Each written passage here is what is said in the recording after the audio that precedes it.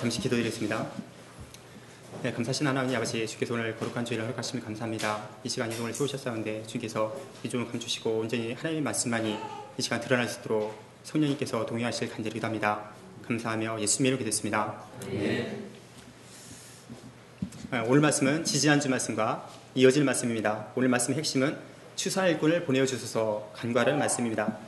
오늘 말씀을 통해서 예수님은 왜 추수할 일꾼을 보내어 주소서 간구하라고 했는지 알아보길 원합니다. 또 그리고 추수하는 일꾼이 감당해야 될 일이 무엇인지 우리가 오늘 말씀을 통해서 배우길 원합니다. 이 말씀을 통해서 우리 모두를 추수할 일꾼을 부르시는 예수님의 영생을 영접하고 하나님의 역사 가운데 귀하게 쓰임받길 기도합니다. 아멘. 첫째, 말 못하는 사람을 고치신 예수님 32절에서 34절까지입니다. 이 사건 바로 전에 예수님은 12의 혈루증 앓는 여인을 고치시고 또 죽어가는 야율의 딸을 고치셨습니다. 살리셨습니다. 그리고 또 두 맹인을 고치셨습니다. 이 사건들에 바로 이어서 어떤 사람들이 귀신 들려 말 못하는 사람을 예수님께로 데려왔습니다. 이 사람이 언제부터 말을 못하게 되었는지 알 수가 없습니다. 그러나 중요한 것은 이 사람이 귀신에 들려서 말 못하는 귀신에 들려서 말을 못하게 되었다는 것입니다. 우리가 통상 말 못하는 사람을 벙어리라고 하는데 모든 세상의 벙어리들이 귀신 들려서 말을 못하게 된 것은 아닐 것입니다. 선천적인 어떤 기형이나 아니면 후천적으로 질병이나 사고로 인해서 말을 못할 수가 있습니다. 그런데 이 사람은 귀신 들려서 이제 말을 못하게 되었습니다. 이 사람도 아마 귀신 들리기 전까지는 말을 아주 유창하고 잘했던 그런 사람이었을 것입니다. 어떻게 보면 오늘날 개그맨처럼 유머러스하고 재미도 있고 유창하게 말을 잘하던 사람이었을지도 모릅니다.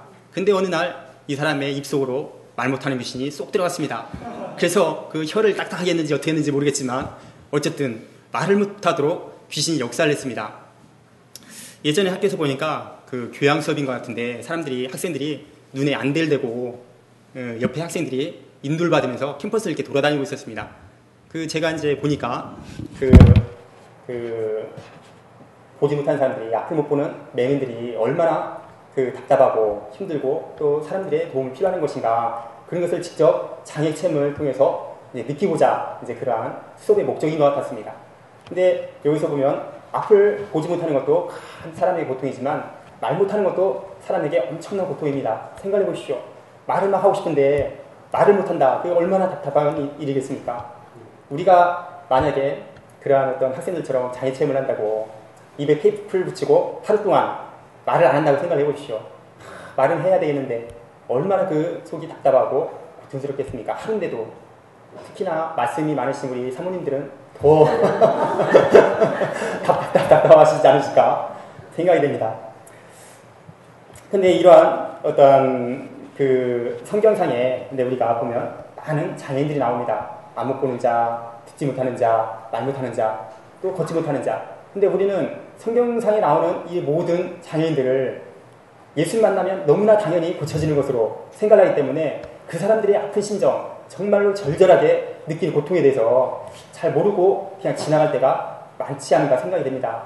생각을 해보십시오. 지금까지 예수님을 만난 장애인이시고 고침받지 못한 장애인이 어디 있습니까? 그러다 보니까 당연히 예수님 만나면 당연히 고침받으리라 생각하고 그 사람들의 그 심정에 대해서 알지 못하고 지나가는데, 정말 우리가 앞을 보지 못하고 듣지 못하는 이러한 장애인들, 정말 자신의 죄로 인해서 또는 어떤 사고로 인해서 그러한 고통을 당하는 그 사람들의 심정을 우리가 오늘 말씀을 통해서는 좀 알았으면 좋겠습니다. 그래서 우리도 수양회 때나 언제 한번 날을 잡아서 단 몇 시간만이라도 입에 한번 테이프를 붙이고 말을 안 하는, 그를 통해서 그 장애인들이 느끼는 고통이 얼마나 큰가 한번 느껴보는 것도 성경상에 나오는 어떤 장애인들의 그런 아픔이나 고통을 조금이나마 느껴보는 그런 시간이 되지 않을까 생각이 됩니다. 근데 오늘 본문에 나오는 벙어리는 장애 체험 정도 아닙니다. 말 못하는 귀신이 그 사람이 들어가서 평생 동안 일생토록 말을 못하게 된 그런 사람입니다. 그 사람의 심정이 어떻겠습니까? 그 고통이 얼마나 컸겠습니까? 억울한 일을 당해도 말도 못하고, 아내가 바가지를 긁어도 듣지도 못하고, 자식들이 잘못하는 걸 봐도 핑계를 할 수가 없고, 이 사람이 아마 직장에 있던 사람이었으면 직장에서 쫓겨났을 것이고, 장사하는 사람이면 장사를 못하게 됐을 것입니다. 우리가 벙어리 냉가슴 한다는 속담이 있는 것처럼 이 사람은 벙어리가 된 이후에, 말을 못하게 된 이후에 모든 인간관계, 사회관계가 끊어지고 이 사람의 마음은 그야말로 절망과 그 아픔 가운데 피멍이 들었을 것입니다. 이러한 자를 사람들이 예수님께로 데려왔습니다. 예수님은 벙어리 귀신 들려서 말 못하게 된 자를 보고 그를 긍휼히 여시고 그 즉시 벙어리 귀신을 쫓아내 주셨습니다. 그 즉시 귀신이 쫓겨나자 그 사람은 언제 그랬냐는 듯이 청산유수처럼 말을 하게 되었습니다. 지금까지 벙어리 되어서 말을 못하다가 이제 예수를 통해서 말을 하게 되었을 때 그 사람의 그 감격과 그 기쁨이 얼마나 컸겠습니까?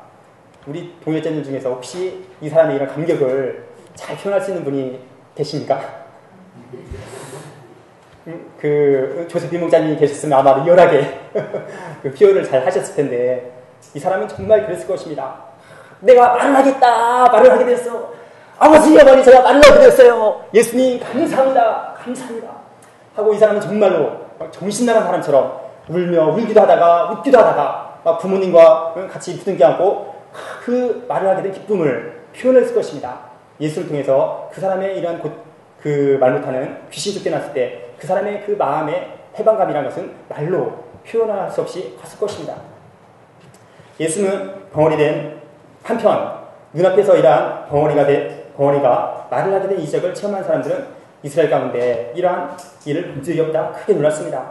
당연한 일입니다. 벙어리가 되었다가 말을 하게 된다는 것은 인간의 능력으로는 도저히 있을 수 없는 일입니다. 오늘날 현대의학으로서도 이러한 벙어리를 말을 하게 고칠 수는 없습니다. 이는 오직 이 땅에 오신 창조주이신 예수만이 할 수 있는 능력의 역사였습니다.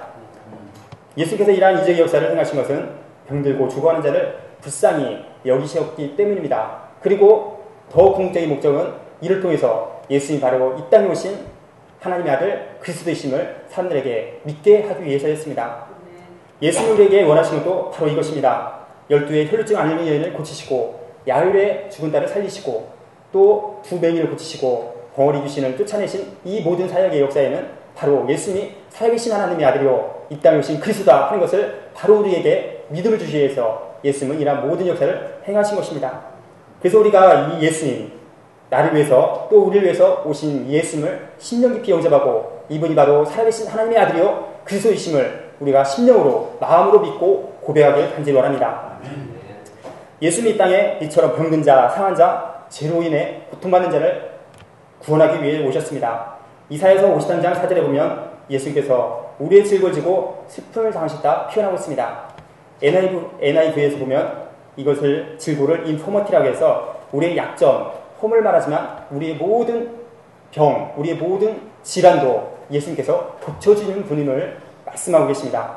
예수님께서 십자가를 친 것은 근본적으로 우리를 영원한 죄로부터 구원하고 영원한 생명을 주기 위해서 위함이기도 하지만 우리들의 모든 이러한 약점, 우리의 모든 이런 질병, 질고를 고치시기 위해서 예수님이 십자가를 지셨습니다.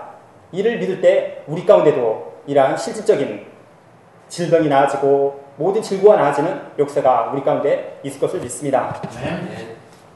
둘째, 추사일꾼을 보내주소서 35절과 38절입니다. 예수님이 능력의 역사를 행하자 바리새인들이 그가 귀신의 왕을 힘입어서 귀신을 쫓아내었다 시기질투했습니다. 그러나 예수님은 이에 아랑곳하지 않고 온 마을과 도시를 두루 다니시며 천국 복음을 가르치시고 전파하시고 모든 병과 모든 약한 것을 고치셨습니다. 여기서 예수님께서 행하신 것을 보면 말씀을 가르치시고 또 천국 복음을 전파하시고 또 모든 병과 약한 것을 고치신 것 세 가지로 구분해 볼 수가 있습니다. 근데 재미있는 것은 동일한 말씀이 마태복음 4장 23절에도 나온다는 것입니다. 예수께서 온 갈릴리에 두루 다니사 그들의 회당에서 가르치시며 천국 복음을 전파하시며 백성 중에 모든 병과 모든 약한 것을 고치시니 이것은 마태가 의도적으로 4장 23절 말씀과 9장 말씀을 감싸는 구도를 취함으로써 그 예수님 그 티칭과 프리칭 그리고 힐링이 예수께서 이 땅에 오셔서 감당하신 메시아의 중심 사역인 것을 나타내고자 하는 것입니다. 예수님은 하나님의 말씀을 풀어서 가르치시고 또 각 마을마다 다니시면서 천국 복음을 전파하시고 또 병든 것, 약한 것을 고치심으로써 모든 무리들을 구원의 길로 인도하셨습니다. 근데 예수님은 우리를 도우면서 영적으로나 정신적으로 또 육체적으로 피폐해질 대로 피폐해진 그들의 실상을 보고 몹시 가슴이 아프셨습니다. 무리들은 목자의 도움이 절대적으로 필요한 양떼들과 같았습니다.